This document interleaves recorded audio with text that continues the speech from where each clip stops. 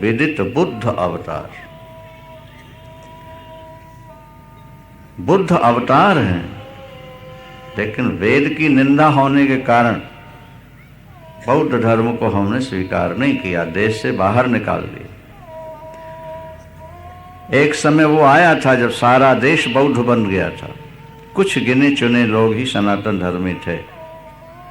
ऐसे संक्रमण काल में जब सनातन धर्म लुप्त हो रहा था तो शंकराचार्य भगवान प्रकट हुए।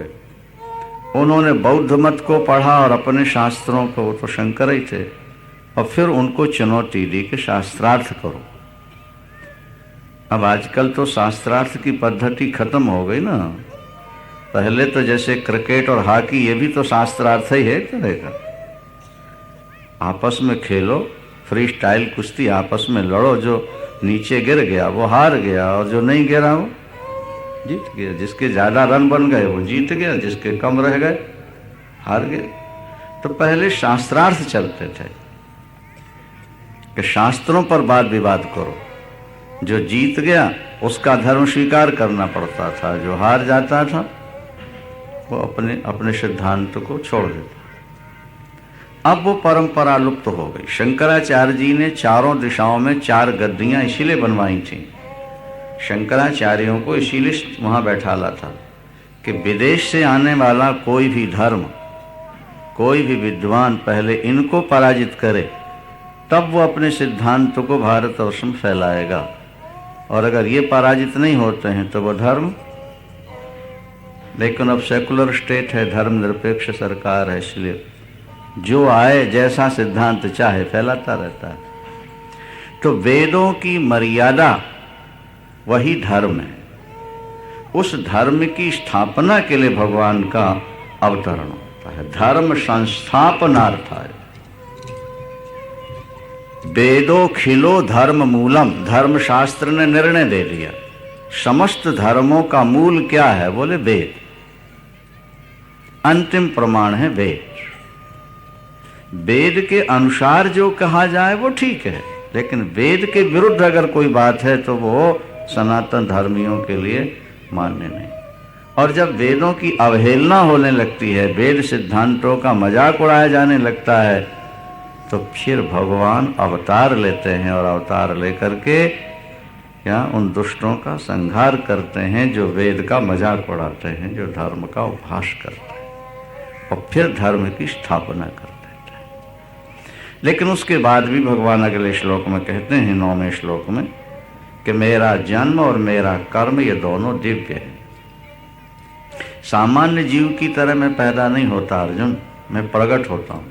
भय प्रगट कृपाला दीन दयाला कौशल्या हित का। भय प्रगट,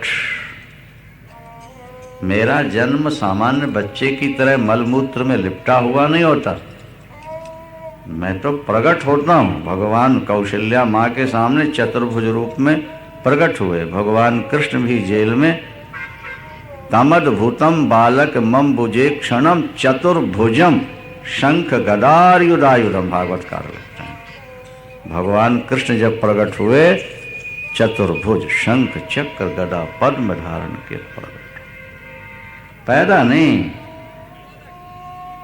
प्रकट हो, प्रकट हो। मेरा जन्म दिव्य है और मेरे कर्म भी दिव्य हैं।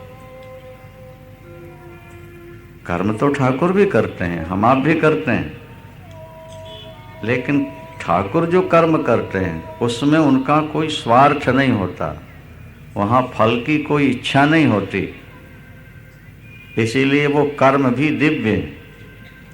जो कर्म वासना से प्रेरित होकर किया जाए, जो कर्म लोभ से प्रेरित होकर किया जाए, जो कर्म अपने शरीर को और परिवार को सुखी बनाने के लिए किया जाए, वो कर्म मलिन कहलाता है, समझो उसको। और जो कर्म समाज के हित की दृष्टि से किया जाए, कर्तव्य बुद्धि से किया जाए, निष्काम भाव से किया जाए, वो कर्म दिव्य कहलाता है। तो ठाकुर जो कर्म करते हैं वो कर्म दिव्य होते हैं, उसमें मलिनता नहीं है, स्वार्थ नहीं है, वासना नहीं है, ईश्वर के कर्म।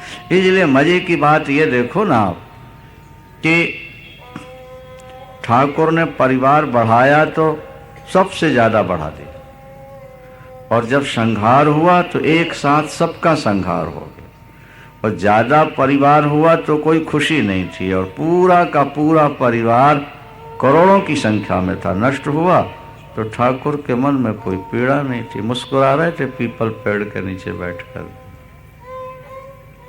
सारा परिवार नष्ट हुआ लेकिन वे पीपल पेड़ के नीचे बैठ के मुस्कुरा रहे थे।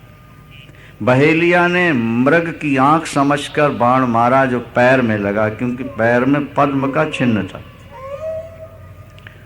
और जब दौड़ करके आया बहेलिया के मृग मारा गया, देखा तो ठाकुर के पैर में बाण लगा हुआ था। भयभीत होकर चरणों में गिर पड़ा, लेकिन देखा कि ठाकुर उसे देख के मुस्कुरा रहे थे, और वो रोकर कह रहा था कि मुझे दंड दीजिए। भगवान ने कहा दंड नहीं, तुमको पुरस्कार मिलेगा, क्योंकि तुमने मेरे चरणों में प्रणाम किया है। स्वर्ग से विमान बुलाया, बहेलिया को बैठाला और बोले जाओ, बाण मारने का पुरस्कार, तुम सीधे स्वर्ग चले जाओ। देवता भी पुष्प बरसाते हैं और बाजे बजाते। अन्यथा जिसका सारा परिवार समाप्त हो गया हो, क्या जिनके पैर में बाण लगा हो, वो दुखी होना चाहिए? नहीं, हाँ नहीं। कर्म मलिन वही होता है जहां वस्तु के पाने पर आपको खुशी होती है और जाने में आपको गम होता है, दुख होता है, वो कर्म मलिन होता है। पदार्थ आया तो स्वागत है और चला गया तो विदाई है। क्या आए तो स्वागतम, वेलकम, और जाने लगे तो जय राम जी की। बोलो वृंदावन श्रीमन नारायण नारायण नारायण।